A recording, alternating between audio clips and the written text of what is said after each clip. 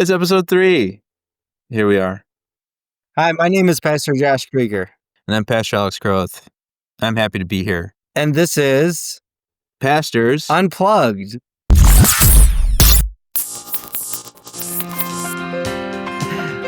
We are friends for a long time, and we just happen to be, I would use the term middling pastors, mediocre pastors serving a really great God. Yes, good way to describe it. Tough affair. Yeah. Today we're going to talk about work-life balance. To start off, I have a question for you, Al. What's something unexpected that happened this last week? It could be good or bad. Good or bad? We ended up going to a pumpkin farm last Friday. I wasn't really sure what we were going to do, and I wasn't kind of sure where I was in my sermon work, but I was able to get enough stuff done on Friday, and I thought, let's go do a classic fall thing. So we took about half hour to get there, and we did the old corn maze and the old hayride, and it was super fun. I think there's a decent amount of Fridays when I'm preaching. I serve a associate and a vicar, and so I don't always preach every week. So there are a decent amount of Fridays when I am preaching that I just feel like, okay, I got to keep working. I'll have dinner with the family and hang out for a little bit, but maybe then I need to go back to church or go to a coffee shop and do work somewhere. And I'm really glad that I made the decision this time to go hang out with our two foster boys. It was super fun. We did the maze. They didn't want to do the kids' maze because that's lame. You don't do the kids' maze when you're 7 and 10. Yeah, it's easy. We did that last year. So we did the adult maze, and it was hard, but we made it through. We're not still in the maze, as you can see. Have you done? So that was an unexpected before? Good thing that happened. Have you done corn maze? We've never done the adult maze before. Okay.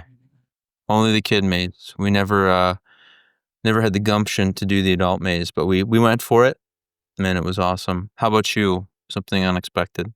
I guess it shouldn't have been unexpected, but we have a science fair coming up at our school.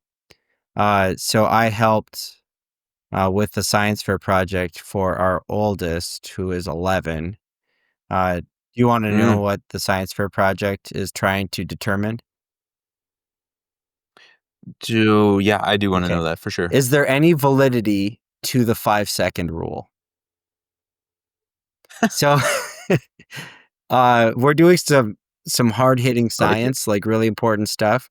Early indicators from the YouTube video that I watched show you should not have any confidence in the 5-second rule. Like, please stop eating food off of the floors is a takeaway. And my answer to that would be come and make me. No, I'm not going to make you. And you're free to eat food off the floor. Studies suggest that even a clean floor has some really gross stuff on it that if you knew that you were getting some of those bacteria in your body, you would probably avoid it. But you do whatever you want. But so we got like I will continue to do that. Petri dishes, and I got a stopwatch and sterilized tweezers, and like dropped a little piece of bread on the floor for 1, 5, 30, and 60 seconds and put them in the Petri dish. So I'll share with you the bacteria cultures once they're back. You're going to keep eating food off the floor, aren't you? I am. Yeah. I mostly, as a point of emphasis, I do eat straight off the floor typically. Well, your floors are very clean, so. No, they're not. Today we're talking about work-life balance. So, how do you go about maintaining a work-life balance? Or maybe, how do you think you're doing at it? I think it's a struggle for me, particularly as pastor. I think the job that we both have, there's not necessarily a punching in, punching out. I don't have a shift that I'm assigned or anything like that. And there's just always more that you can do, especially with the amount of like creative writing type stuff that we do. you can always tweak a Bible study. You can always keep going on the sermon. Sometimes you're done with the sermon because the bells are Yeah. ringing and it's time to go, sit where you're supposed to sit before you preach. So I think sometimes that's a struggle for me is knowing when I just, okay, this is good, time to be done with it. But I think I have improved. So mentioned previous episodes, I think that my wife and I have been fostering two boys for 4 years. These are the first kids we've had in our home. Um, so that has forced me in a very good way to be more disciplined about the time I spend at church versus at home. There's two very good reasons to be there more often, and um, I've been married to my wife, Carrie, for 16 years. So that's something that we've had to grow into. She was a full-time teacher when we first got married. So just trying to figure out all those things, is making sure we spent time with each other was kind of an ongoing conversation that we had. Mhm. But I think I have a long ways to go in work-life balance. I think for me, it's always easy to kind of excuse it as like, well, I'm doing this important thing. I'm serving God. So I've had good pastors remind me that my vocation is as a dad and a husband Mhm. too, and those are important things to consider. Well, and you So I would say, as far as your question goes, getting better, but lots of room for yeah. improvement. I I find that there's like, you can feel guilty about every single thing, you know? Like, you can feel guilty Yeah. about, "Oh, I'm not spending enough time on with my family," or I'm not spending enough time here or there," and, um, I sometimes try to remind myself that and I've found myself having to remind other people too that Jesus died for our sins to give us grace and forgiveness, and, um, in our lives of service, there are all these choices, uh, and, I don't know, make those choices with freedom and not just fight the lingering feelings of guilt, uh, with whatever choice you Mhm. have to make at that time, like, because things do come up, right? Like, Yeah. "Oh, I know I said this I said I was gonna be here for this, and now this other thing came up." Um, I didn't I wasn't planning on talking about this, but, like, thinking back to when we were in college, um, Mhm. I don't know, maybe I have a little bit of the halo effect, but I think that we had a pretty decent, from what I remember, pretty decent work-life balance when we were in college, don't you think? Like, I remember. I think so. I mean, I think I imposed a lot of structure on myself because it just felt Mhm, necessary, like, I think we both worked afternoon jobs for the mhm, most part. We both spent some time working on weekends too. And with it was pretty mhm, demanding, the pastor curriculum. So you just knew, like, once I'd get home from work and go to dinner, and I just knew, like, I'm probably going to spend at least 3 or 4 yeah, hours working on homework now. And then, when Carrie and I started dating, it was like, okay, I'd need to find time for us to hang out each night if we could. And then weekends were usually for working on bigger projects or working at my job at the factory. yeah. So I don't remember feeling like anything was out of whack back I then. think, uh, when you were a student, at least what I would always borrow from was time sleeping. Like, that would be sleep Yeah. deprivation was a real thing, probably all of junior and senior year of college. Um, Mhm. but, you can't really I don't think you can really do that effectively as a pastor, because when you're going to class, if you're nodding off and barely paying attention, for a given class because you didn't get enough sleep, okay, the teacher might call on you or something, but, Yeah. um, you can't really you can't really do that in, like, a council meeting. They definitely frown on Mhm. that in a council meeting. Uh, so you I don't know. Yeah. That's been a priority, or I've been trying to make a priority of getting enough sleep. I know that sounds Mhm. lame, but, like, That sounds really you think of cool. it. That's, like, cool. uh Yeah. That's really cool. So one of the things that I do, probably not enough, but, um and I don't know, maybe do you know where the term, "the three-legged stool" comes from? You've heard of it before, right? In terms of, like, balance. your wellness and Yeah, things like that. I don't know where that came from, no, but I think it's a yeah. helpful, So way to visualize and analyze. there's the emotional, the physical, and the spiritual. And not to Mhm. brag or anything, but I remember working out with you, like, sometimes very late at night in college. Do you remember that? Wait, how is this a brag? Is it a brag that you got to hang out with me, or is it a brag that we went late at night to work I out? guess it's little column A, little column B, you know? Uh, Yeah. I don't know if we've mentioned we were friends, and I thought Alex was cool, and, then he would hang out with me, and, there were times you remember the pegboards? I used to be able to do those. Oh, yeah. I don't know that I could ever do that, No, like, you where you're did. talking Just like tell the the story however you want, Al. You did it. You oh, you man, didn't you do it in, I like, feel 3 compelled to be seconds once honest. because you just jumped from the I bottom I peg? don't feel like I had the core. I didn't have the core strength to do it, but, yeah, I do remember going to work out late at night. That's Yeah. true. It turns out there was not a lot that we had in our social calendar, so going to that was before we had girlfriends. I don't think we did that so much after we had girlfriends. No, I don't think so Um, either. Yeah, so the stool of the 3 legs of the so stool. physical is like your physical health, emotional Mhm. is like your relationships, and spiritual is your relationship with Jesus. Um, have you ever Yeah. taken, like, not like it takes forever, but just like, all right, let's look at the 3 legs and say, how am I doing physically? And we're both 40 now. Yeah. Um, wait, you're 41 41, even. yeah. Um, Mhm. at some point, you have to maybe look at the physical leg of the stool a little more critically. Some people would say that, but I don't feel compelled. No, I do when you were texting me about this, the three-legged stool idea, I thought this would be really helpful for me in general. I think I'm not always very Mm. introspective. I think being a pastor sometimes forces you to do that, especially when you're writing a sermon Mhm, or working a Bible class because you're applying, the truths in that section, especially the law and gospel truths to mhm. yourself. But I've mentioned this before that Carrie, my wife, will mock me, which I don't think is I kind, don't think so either. but Emotional leg.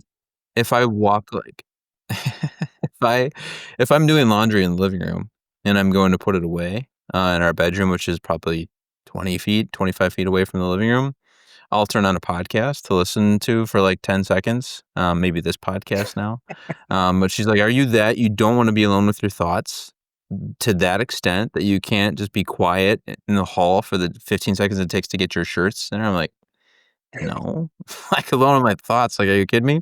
So I think I could stand to, do more of what we're talking about in this episode is to just think through how am I doing? What needs some Do you wanna attention? do that in So front of yeah, everybody? Like, let's do a deep dive. yes, I'm going to Alright, bare my let's soul. start with which leg do you wanna start with, Al?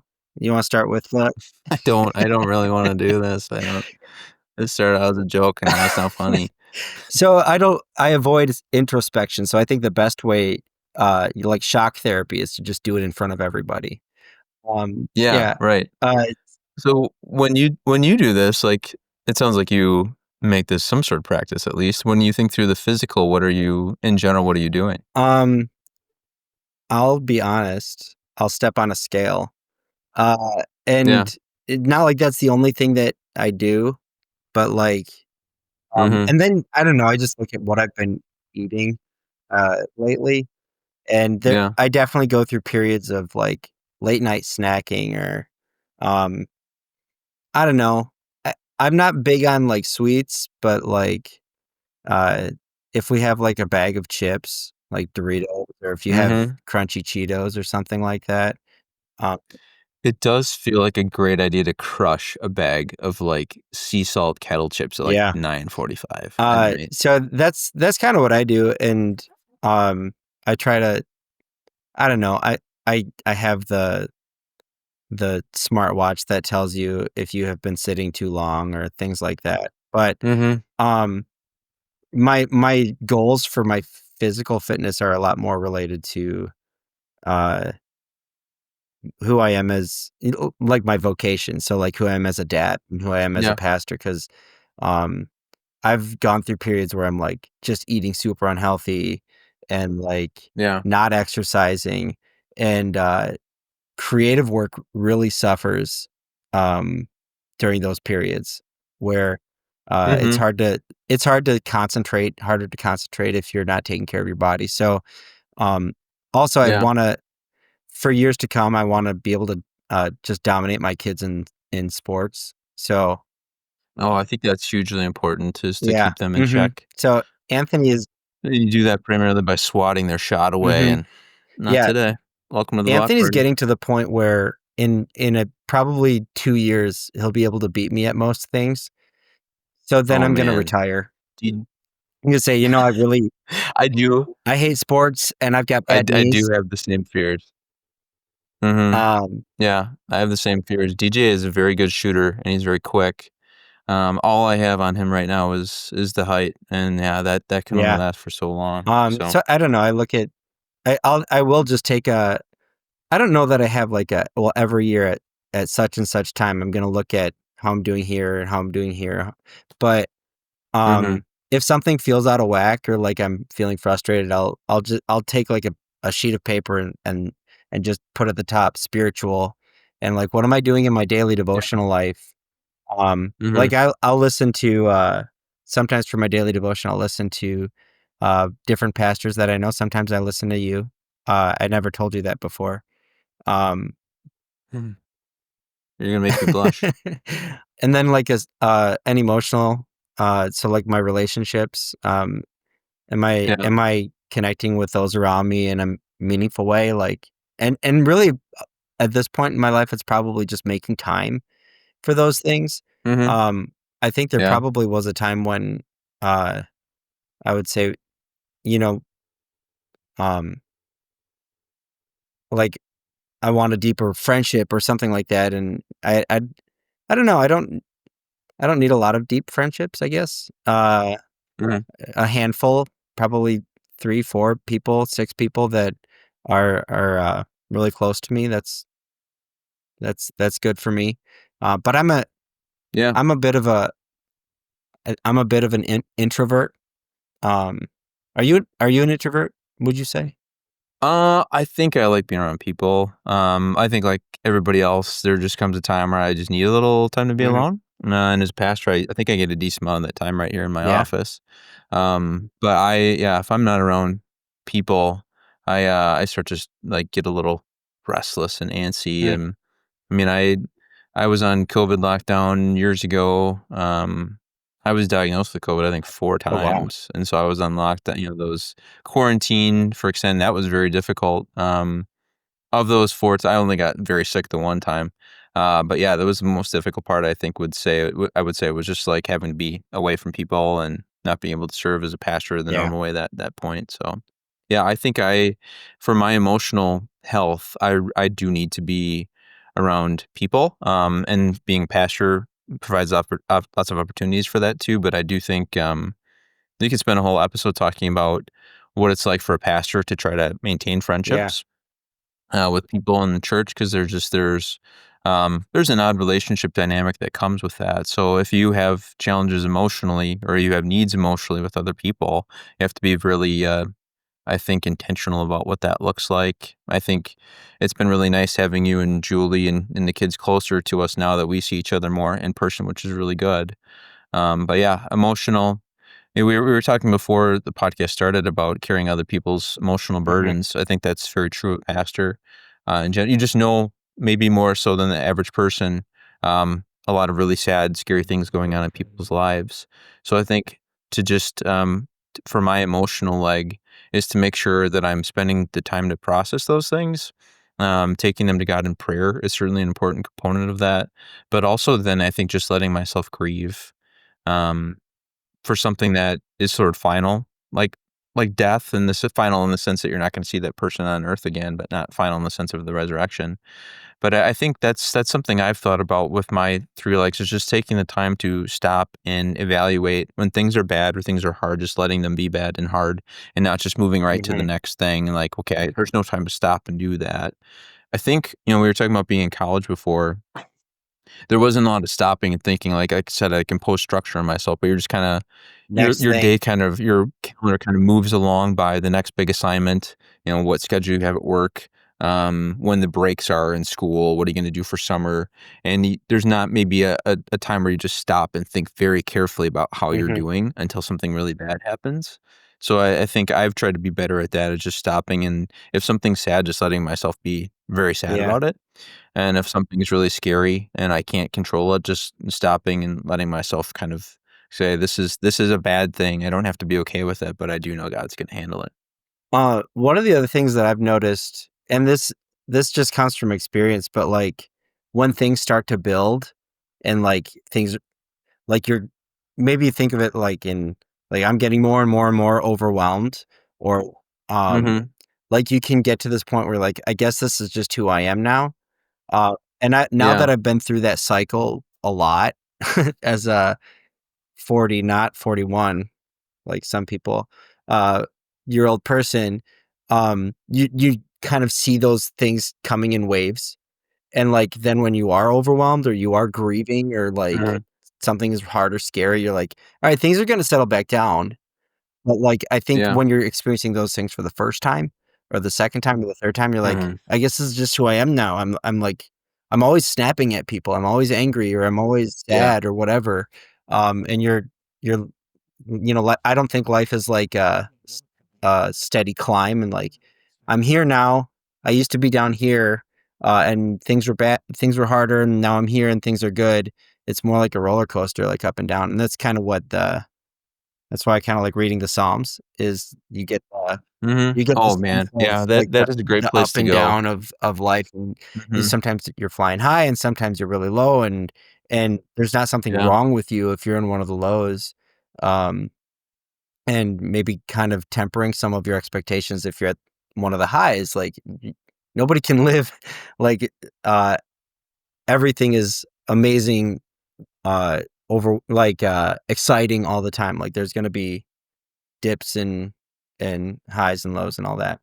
Um Oh, I go think ahead. that's the theology of the cross really helps here too, I think, and when it comes to wellness and checking in with yourself, it's just, I know that I live in a broken world as a broken person, and so I know I'm going to do things that are damaging to my body, my mind, and my soul, and I know that God is, first of all, gonna forgive Mhm. that, and then 2, is going to equip me to, in repentance and the work of the Holy Spirit, to improve upon that, and I'm gonna keep failing until I go to heaven, but just the expectation that things are going to be difficult, and some of those difficult things are my fault, that I'm not overly pessimistic, but I am realistic that this is what life is like, and just to accept that, and when things are really, really good, to celebrate that Mhm. and thank God for that, but also to understand, yeah, probably it's not gonna be like this always, that things have a way of coming back down, and when that does happen, to not be like, "Oh, Mhm. bother," this is Eeyore style, but just sort of like, "Yeah, this is what life is like, and I can't wait till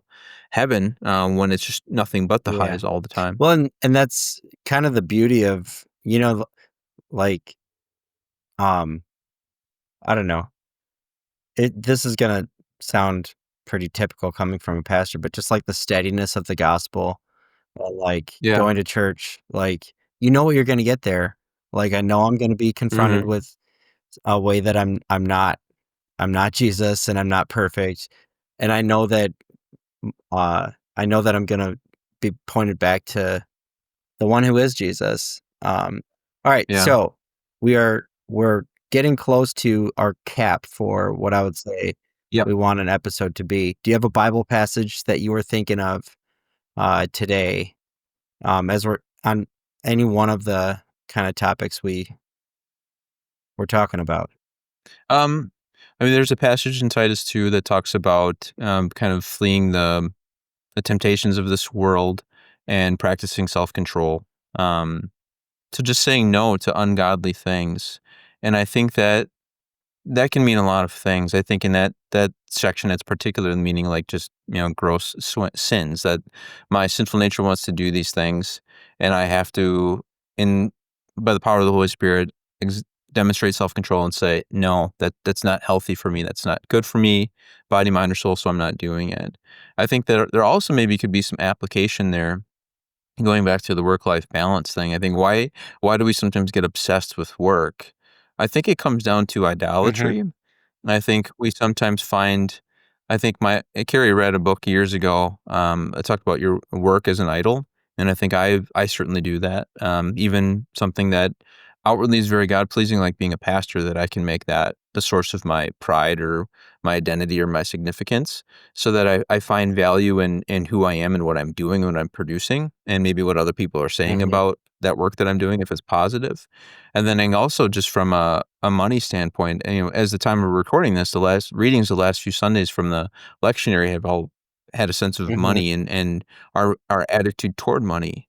And I think, our world really pushes money as identity, status, control, comfort, and honestly, from a human perspective, it does provide all those things. So if I fall into that sense of worldliness, it makes total sense that the work part of things is going to be out of whack because work is how I get more mhm. money, which is how I get more security, comfort, and status. So if I see money that way, especially as a young adult, and I'm thinking about my future, and I got to find a job that's about making as much money as possible and that's my sole concern, then maybe I need to take a step back and think about, is that the right motivation for finding a job? And should I be looking? I'm thinking about the future. Primarily, I want to be thinking about how can I stay Christian? How can I stay in the means of grace? And so self control in that regard would be I'm not going to let my head run ahead to all these things that the world might tell me about success, but I'm going to be self controlled and say, this is what God says is important. Mhm. First and second table of the law, and when it comes to my relationship with Him and relationship with others, and by the strength that God gives me alone, I'm going to try to practice more self control with those things. Yeah. Uh, you had a lot of really good thoughts just now. I uh, Hey, yeah. thank you. That makes me feel good about Yeah, myself, well, and that's why I got into the podcast game in so the first place. so we'll talk about this sometime, internal monologue versus no internal monologue. Uh, when Yeah. when someone says a lot of good things, I don't I don't know, like, I'm like, "Oh, I'd love to talk about that more," but I can't do it inside here. I can only do it, out externally, so I'm just gonna let your words just exist out there. I'll come back, I'll rewatch this episode and, uh, All we'll right. I'll Great. I'll come up with a bunch of topics for the future, but yeah, I kind of had hoped, and maybe I'm an optimist, but I still kind of hope that maybe enough young people, and I'm including our generation in this too, have seen, like, how chasing money doesn't like, that has left, just this trail of, like, destruction behind it, like, marriages and Hmm. families and, when this is the only thing. I kind of have hoped that, maybe we'll as a nation or as generations, they'll, like, take a good hard look at, like, well, how's that worked for people in the past? Yeah. And said, well, I'm gonna look at those 3 areas, like my physical health, my emotional health, my spiritual health, and, Hmm. um, I'm gonna prioritize those things. So the passage I was thinking of was, from Hebrews 12. um, Let us throw off everything that hinders and the sin that so easily entangles. Let us run with perseverance the race marked out for us. Um, Now, when I run, I don't usually like run like some of those cross country runners do with very little on. Um, I like to be comfortable, which means shorts at least Hmm. to my knees.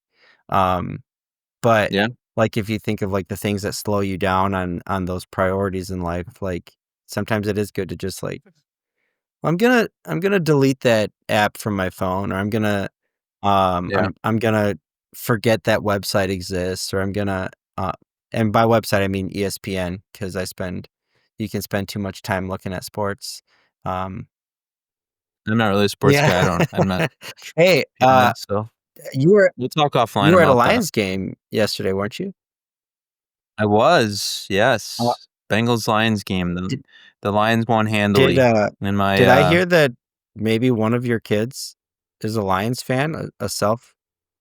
yeah, he is, but only as a point of being difficult to me. He has no connection to the Lions. He doesn't know any of the players on the Lions team. Although toward the end of the game, there were a lot of Lions fans here at the game in Cincinnati, and they were chanting Jared Goff. And yeah, Liam was chanting along with them. He doesn't have any idea who Jared Goff is, but he just wanted to be I difficult. cannot wait So to see him he's a big again. fan of the I'm gonna He's support him. the animal. He's a big. He likes lions. Oh, Today he's wearing a shirt that has like a literal like lion on the front of the shirt. So that was the start. And then I'm a big Packers fan.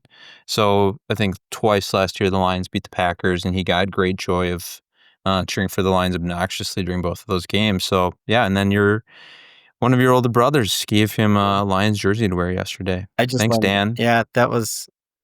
I was proud of that thing that he did. That was nice of him. He's a giving guy, you know. Yes. Yeah. All right. Well, thanks for your time this morning, Al. It's always good chatting with you. Thank you. Yeah, a little closer to 15, 20 minutes this time. So hopefully people are still listening to this and getting something out of it. Thanks, God guys. bless you, and God bless your day. Keep chasing that fire truck. You let me finish it. Bye. Bye.